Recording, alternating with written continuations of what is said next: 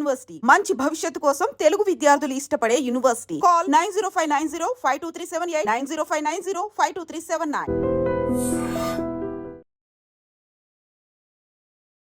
అందరికీ నమస్కారం. నేను Swaroopa Potlapalli. Welcome to iDream. Bhadradri Kothagudem జిల్లాలో దారుణం చోటు చేసుకుంది. తమ బిడ్డను వేధిస్తున్నాడనే కోపంతో అత్తమామలు అలాగే బావమరుదులు కలిసి ఓ అల్లుడి మీద పెట్రోల్ పోసి నిప్పంటించారు. ఈ నెల 2వ తేదీ అర్ధరాత్రి ఈ ఘటన జరిగింది. దాదాపు 2 వారాల పాటు మృత్యువుతో పోరాడిన ఆ అల్లుడు ప్రాణాలు కోల్పోయాడు. అయితే సుజాత నగర్కి చెందిన గౌతమ్ ఈ ఘటనలో ప్రాణాలు కోల్పోయాడు. అతను బీటెక్ చదువుకున్నాడు. కావ్య అనే రామచంద్రపేటకు చెందిన అమ్మాయితో ప్రేమలో పడ్డాడు. వీరిద్దరికీ 3 ఏళ్ల క్రితం పెళ్ళైంది. వీళ్ళిద్దరికీ ఒక 2 ఏళ్ల వయసున్న పాప ఉంది, అలాగే 3 నెలల వయసు ఉన్న ఇంకో ఆడపిల్ల కూడా ఉంది. అయితే ఈ మధ్య వారిద్దరి మధ్య గొడవలు జరుగుతూ ఉన్నాయి. దీంతో కావ్య పుట్టింటికి రామచంద్రపేటకి వెళ్ళిపోయింది. అప్పటి నుంచి భార్యని ఇంటికి తెచ్చుకోవడానికి అతను గొడవలు పడుతూనే ఉన్నాడు. అయితే ఇల్లరికం రమ్మని అతన్ని ప్రెషర్ చేస్తున్నారు అత్తమామలు అని కొంతకాలంగా తన ఫ్రెండ్స్తో కూడా చెబుతూ వస్తున్నాడు. అయితే ఈ క్రమంలో పుట్టింట్లో ఉన్న తన భార్యను తీసుకురావడానికని ఈ గౌతమ్ ఈ నెల 2వ తేదీ అర్ధరాత్రి అత్తింటికి వెళ్ళాడు. అప్పుడు బావమరుదులు అత్త మామతో అతనికి పెద్ద గొడవ జరిగింది. ఆవేశంలో వారే పెట్రోల్ పోసి తన మీద తగలబెట్టారు అని చెప్పి గౌతమ్ పోలీసులకు వాంగ్మూలం ఇవ్వడం జరిగింది. అయితే ఆ తర్వాత ఆ వేడిని తట్టుకోలేక తాను నీళ్ల తొట్టిలో దూకానని, ఆ తర్వాత తెలిసిన వాళ్ళు చుట్టుపక్కల వాళ్ళు ఆసుపత్రికి తీసుకువెళ్ళి అతన్ని జాయిన్ చేయడం అనేది కూడా జరిగింది. అయితే ప్రస్తుతం నాతో పాటు life coach, family counsellor Rajani Rama గారు ఉన్నారు. ఆవిడతో ఈ ఘటన గురించి ఇంకా మరికొన్ని విషయాలు మాట్లాడి తెలుసుకుందాం. నమస్తే రజనీ గారు. నమస్తే.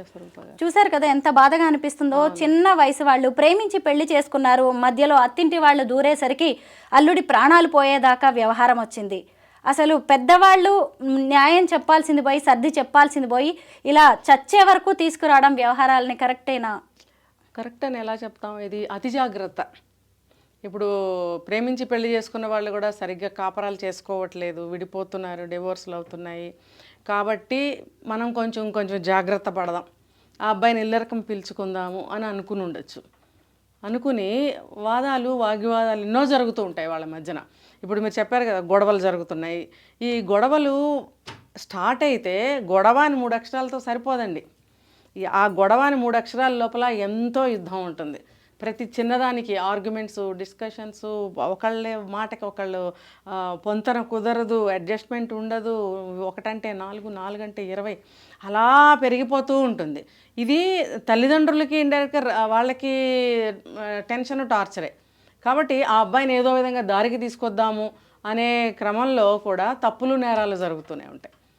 చూశారు కదా ఇల్లు ఎంత బాగుందో, చక్కగా అంత మంచి ఇల్లు, చక్కగా అందరూ కలిసి సుఖంగా సంతోషంగా ఉండలేకపోతున్నారు ఈ రోజుల్లో. నిజమే. ఏదో ఒక గొడవ తెచ్చుకుని ఏదో ఒక విధంగా విడిపోవడము, ఆత్మహత్యలు చేసుకోవడము, చంపేయడము, వాళ్ళ మధ్యన ఏం జరుగుతుందో అనేది భగవంతుడికే తెలియాలి. అసలు ఎంత చక్కని జంట అండి నిజంగా. వాళ్ళిద్దరూ ఎంత వయసు 30 ఏళ్ల లోపు వాళ్ళే అసలు ప్రేమించి పెళ్లి చేసుకున్నారు. అయితే అతను పోలీసులకు ఇచ్చిన మరణ వాంగ్మూలాన్ని కూడా మనం చూసాం రజనీ గారు. అందులో ఏం చెప్తున్నాడంటే, నేను మంటల్లో కాలిపోతున్నా కానీ నా భార్య కావ్య వింటూ ఉన్నదే కానీ నన్ను రక్షించలేదు అని చెప్పుకొచ్చాడు. అంటే ఎవరి మీద పెట్రోల్ పోసిన క్షణికావేశంలో జరిగిన ఘటనలాగే కనిపిస్తుంది. ఆ ఇద్దరు ఆడపిల్లల పరిస్థితి ఏంటి, ఈరోజు కావ్య అనే అమ్మాయి పరిస్థితి ఏంటి? అంటే వీళ్ళిద్దరి మధ్యన చాలా తీవ్ర స్థాయిలో గొడవలు జరిగి ఉంటాయి. లేకపోతే ఇంత జరుగుతుంటే అమ్మాయి ముందుకు ఎందుకు రాలేదు? తర్వాత 2 ఆడపిల్లలకే మీరు చెప్పింది. ఇప్పుడు పిల్లల మొహం కూడా ఎవరు చూడటం లేదండి. ఇప్పుడు స్వర్గం చేసుకోవాల్సిన జీవితం ప్రేమించి పెళ్ళి, ఇప్పుడు ప్రేమకి విలువ పోయిందండి. ప్రేమ అంటే ఏంటో ఎవరికి తెలియటం లేదు. ఇప్పుడు అంత ప్రేమించి పెళ్లి చేసుకున్నప్పుడు భర్త నిప్పుల్లో కాలిపోతుంటే మంటల్లో కొంచెం ముందుకు వచ్చి ఆర్పే ప్రయత్నం కానీ, తప్పించే ప్రయత్నం కానీ అమ్మాయి చేయలేదు అని అంటే వాళ్ళ కుటుంబ సభ్యులు అందరి మధ్యన ఇది ఎంత తీవ్రంగా చర్చలు నడుస్తున్నాయి, ఎటువంటి గొడవలు జరుగుతున్నాయి అనేది మనకు అర్థమవుతుంది. నిజంగా క్షణికావేశంలో చాలా మంది ప్రాణాలు పోగొట్టుకుంటున్నారు, ఎదుటి వాళ్ళ ప్రాణాలు తీస్తూనే ఉన్నారు. ఈ మధ్య సూర్యాపేటలో కూడా అలాంటి ఘటన జరిగింది కదా, పరువు హత్య. ప్రేమించి పెళ్లి చేసుకున్నారు అని చెప్పి అత్తింటి వాళ్ళే ఆ అబ్బాయిని ఎంత ఘోరంగా చంపేశారు. భార్గవి కృష్ణ ఈరోజు ఆ అమ్మాయి న్యాయం కోసం ఎంత పోరాటం చేయాల్సి వస్తుంది. పెద్దవాళ్ళు అనేవాళ్ళు ఎందుకు ఇంత పట్టింపులకి పోతున్నారంటారు? అసలు ఎక్కడో ఒక చోట ఇలాంటి వాటికి ఫుల్ స్టాప్ పెట్టాలి కదా రజనీ గారు. వాళ్ళకి కూడా అసలు చేత కావట్లేదండి, చేత కావట్లేదు. మొదటి నుంచి చెప్పుకోవాలంటే అలా పెంపకం సరిగ్గా ఉండటం లేదు. అక్కడి నుంచే వస్తున్నాయి రాంగ్ స్టెప్స్ అన్నీ కూడా.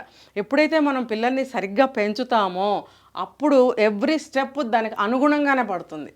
అవునా కాదంటారా చెప్పండి? నిజమే. ఇప్పుడు మనం రైట్ వేలో వెళ్తున్నప్పుడు ప్రతి స్టెప్ కూడా ఆ రకంగానే మనం వేస్తాం. ఎందుకంటే మనం ఆ రకంగా మార్గం ఏర్పరచుకున్నాం కాబట్టి ఆ మార్గంలోనే వెళ్తాం. వీళ్ళు ఏం చేస్తారంటే ఎలాగోలా పెంచేస్తారు, ఏదో ఒకటి చదివించేస్తారు. ఒక ఏజ్ వచ్చిన తర్వాత లవ్ మ్యారేజీలు అని చెప్పి వెళ్ళడం. లవ్లు ఫస్ట్, అది సక్సెస్ అయితే మ్యారేజ్ సక్సెస్ అయితే బాగుంటుంది. లేకపోతే రకరకాల దీనివల్ల ఈ గొడవ జరిగింది, దానివల్ల ఇది జరిగింది అనేది కారణాలు కూడా ఉండట్లేదు. ఇప్పుడు ఏమన్నా సంబంధం ఉందా? ఎక్కడన్నా భార్యాభర్తల్లో ఎవరో ఒకళ్ళ మీద ఒకళ్ళు అటాక్ చేసుకోవడము, హత్యో ఇలాంటివి మనం ప్రస్తుతం చూస్తున్నాము. ఇప్పుడు తల్లిదండ్రులు ఇన్వాల్వ్ అయ్యి ఇది రివర్స్, అబ్బాయిని పెట్రోల్ పోసి తగలబెట్టడం, ఆ అబ్బాయి మరణ వాంగ్మూలం కూడా అదే ఇచ్చాడు. కాబట్టి మనం అదే కరెక్ట్ అని నమ్మాల్సిన పరిస్థితి. ఏది ఏమైనా సరే జరిగిన విషయం ఎటు తిరుగుతుందో, ఏది మన మీదకి వచ్చి పడుతుందో అనే జాగ్రత్తలు వీళ్ళు కూడా తీసుకోవాలి. ఎందుకనంటే చేత కావట్లేదు. ఇప్పుడు నేను అది చెప్పింది, చేత కావట్లేదు వీళ్ళకి. బయట కూడా నేను చాలామందిని చూస్తున్నాను, ఒక 50 years ఉన్న వాళ్ళు కూడా మాట్లాడటం రాదు, ఎలా ప్రవర్తించాలో రాదు, ఒక సమస్యని ఎలాగా పరిష్కరించుకోవాలో చేత కావదు, ఎలా పడితే అలాగ చేసుకుంటున్నారు. కాబట్టి జీవితాలు ఛిద్రం అయిపోతున్నాయి. నిజంగానే అసలు కుటుంబ వ్యవస్థలో పట్టు విడుపులు అనేవి ఉండాలి కదా రజనీ గారు. నిజంగా ఆలు మగల మధ్యకి గాలి దూరినా కానీ అనర్థానికి దారి తీస్తుందంట. చూడండి, ఆ భార్య భర్త వాళ్ళ బతికేదో వాళ్ళు బతికేవాళ్ళు. అమ్మాయి గొడవ పడి 5 నెలల క్రితం అమ్మగారి ఇంటికి వచ్చింది. పోనీ సర్ది చెప్పాల్సిన వాళ్ళేమో ఇంకా గొడవల్ని పెంచి పోషించారని చెప్పాలి. తమ బిడ్డ మీద ప్రేమ కావచ్చేమో, ఇంకొక బిడ్డ ప్రాణం పోవడానికి ఇప్పుడు అదే పెద్దలు కారణమయ్యారు. బిడ్డ ఎవరికైనా బిడ్డ, ఆ అబ్బాయి వాళ్ళ తల్లిదండ్రులకి ఎంతో ప్రేమగా పెంచుకున్న బిడ్డ, ఈ అమ్మాయి వీళ్ళు ఎంతో ప్రేమగా పెంచుకున్న బిడ్డ. ఆలోచించగలగాలి ఎవరి బిడ్డ అయినా సరే. ఇప్పుడు 25-30 ఏళ్ళు ఉన్న ఒక అబ్బాయి మనకి భర్తగానే అల్లుడుగానే కనిపిస్తున్నాడు, ఒక బిడ్డగా కనిపించట్లేదు. ఒక బిడ్డగా చూడరండి. వన్స్ అమ్మాయి నుంచి పెళ్లి చేసిన తర్వాత ఆ అబ్బాయికి 25 ఏళ్ళు అవనివ్వండి, 22 అవనివ్వండి, 30 అవనివ్వండి, ఎంత చిన్న ఏ వయసు అయినా కానివ్వండి, అదొక పెద్ద అనుభవం తీరిపోయిన ఒక పెద్ద ఆయన్ని ట్రీట్ చేసినట్టు చేయడం. అదేంటి మళ్ళీ మర్యాదలు ఇచ్చే దగ్గర కాదు. ఇలాంటి సమయాల్లో నువ్వు చెప్పలేవా, నువ్వు మాట్లాడలేవా, నువ్వు నిర్ణయం తీసుకోలేవా, మీ వాళ్ళకి నువ్వు సర్ది చెప్పలేవా అని ఆ అబ్బాయిని కూడా పొడిచి వదిలిపెడుతున్నారు. అరే ఆ అబ్బాయి కూడా చిన్నోడే, నిన్నగాక మొన్న పెళ్లి చేసుకున్నాడు.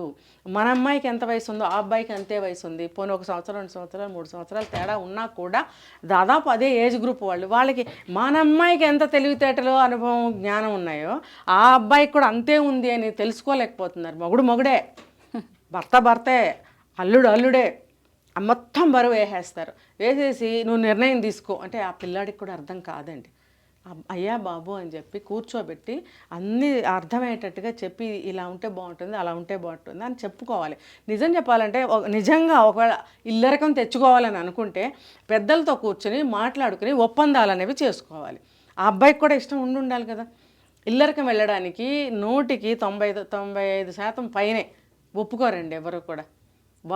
వాళ్ళకి వాళ్ళు స్వతంత్రులుగా ఉండాలని కోరుకుంటారు. ఇప్పుడు చూడండి, అమ్మాయి అత్తారింట్లో ఇమ్మడలేదే ఒక ఆడపిల్ల, మరి చిన్నప్పటి నుంచి స్వేచ్ఛగా పెరిగిన అబ్బాయిలు వచ్చేసి ఒక్కసారిగా అత్తగారి దగ్గర, మామగారి దగ్గర వాళ్ళ చెప్పు చేతుల్లో ఉండాలంటే ఇల్లరికం అంటే చెప్పు చేతులేనండి. మరి ఎవరు ఒప్పుకోరు, అడ్జస్ట్ అవ్వలేరు. మీ అమ్మాయిని అత్తారింటికి పంపించినప్పుడు ఎలా ఉండాలని మీరు చెప్పి పంపరు, కానీ ఒక అబ్బాయిని ఇల్లరికం రమ్మని ఎలా అడుగుతారండి? రజనీ గారు, అసలు ఏ కష్టం వచ్చినా, ఏ నష్టం వచ్చినా, ఏ సమస్య వచ్చినా హత్య లేదా ఆత్మహత్య ఇంకా సొల్యూషన్ అనుకుంటున్నారు. ఆదివారం మేడ్చల్లో జరిగిన ఘటన చూడండి. సొంత తమ్ముడే అన్నని రోడ్డు మీద నరికి చంపాడండి. అసలు దానికి కారణం ఏంటంటే ఆ అన్న ఉమేష్ అనేవాడు బాగా మద్యానికి బానిస అయ్యి తిరుగుతున్నాడు, ఇంట్లో వాళ్ళ మీద గొడవ పెడుతున్నాడు, తోడబుట్టిన వాళ్ళని, తల్లిదండ్రుల్ని, కన్న బిడ్డల్ని వేధిస్తున్నాడు అనేది కారణం. మరి ఇప్పుడు ఈ తమ్ముడు రాకేష్ చేసింది మంచి పని? అసలు అతను ఇప్పుడు నిందితుడుగా, హంతకుడుగా ఈరోజు పోలీసులు అరెస్ట్ చేశారు, అతనితో పాటు ఇంకొక 5గురిని. అంటే ఏ సమస్యకైనా సరే ఆ మనిషి లేకపోతే సమస్య ఉండదుగా, ఇలానే ఆలోచిస్తున్నారు. ఇప్పుడు ఇన్ని కేసులు మనం చూస్తున్నాము. చివరికి చేస్తున్నది ఏంటి? హత్య, ఆత్మహత్య. అంటే నేను చనిపోతే ఈ సమస్యకి పరిష్కారం అయిపోతుంది, అది చంపేస్తే ఆ పర్సన్ లేకపోతే ఆ సమస్య ఉండదు. ఇలా ఆలోచించి ఇలాంటి నిర్ణయాలు ఎందుకంటే ఇంకా వేరే ఆలోచించే వ్యవధి కానీ, అంటే వ్యవధి లేక కాదు, వ్యవధి తీసుకోవటానికి కానీ, ఆలోచించటానికి కానీ, ఎవరైనా ఎక్స్పర్ట్స్ని సంప్రదించడం కానీ, ఇంట్లో పెద్దలతో కూర్చుని కష్టం సుఖం విడమర్చి మాట్లాడుకోవడం కానీ, ఇవి ఏవి చేసే అవసరం వాళ్ళకి లేదు. ఒక్కటే దాన్ని తీసేయాలి అంతే. అది తీసేస్తే ఇంకేం సమస్య ఉండదు. కానీ అసలు సమస్య అప్పుడే మొదలవుతుందని వాళ్ళు తెలుసుకోవాలి. ఇంకా లైఫ్ ఏముంటుంది వాళ్ళకి? లైఫ్ ఉండదు. వెళ్ళి జైల్లో కూర్చోవాలి. ఇంకప్పుడు నువ్వు ఇక్కడ ఉన్న సమస్యలు ఎలా తీరుస్తాడు? ఇప్పుడు తమ్ముడే తీసుకోండి, నేను చూసుకుంటాను పిల్లల్ని, నిన్ను వదిన్ని అన్నాడు.